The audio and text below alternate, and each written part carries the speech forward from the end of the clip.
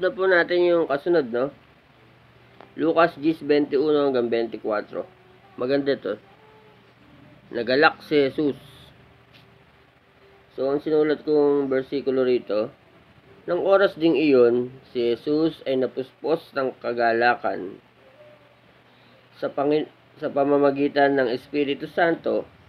Salamat sa iyo, Ama, Panginoon ng langit at lupa, sapagkat inilihim mo sa marurunong at matatalino ang mga bagay na ito. Ngunit inihayag mo sa mga walang muwang. Oo, Ama, sapagkat ganoon ang nais mong mangyari. So, mapapalad yung mga walang muwang.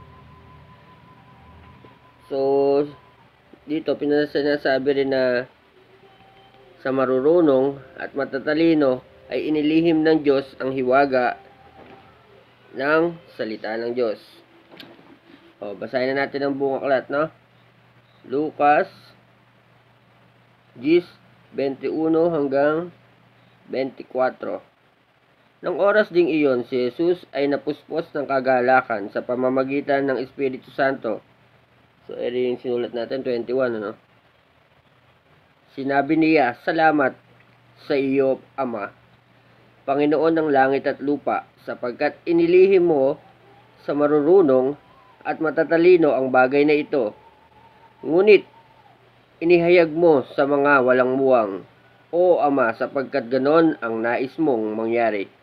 Ibinigay sa akin ng Ama ang lahat ng bagay. Walang nakakakilala sa anak kundi ang Ama, at walang nakakakilala sa Ama kundi ang anak, at ang taong minarapat ng anak na makakilala sa Ama. Humarap si Jesus sa mga alagad at sinabi ng walang ibang nakaririnig, pinagpala kayo sapagkat nakita ninyo ang mga nakikita ninyo ngayon. Sinabi ko sa inyo, maraming propeta at hari ang naghahangad na makita ang inyong nakita at narinig ang inyong narinig.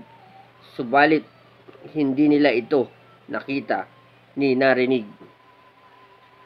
Kahit sa mga hari at mga propeta, inilihim ng Diyos ang hiwaga ng salita ng Diyos.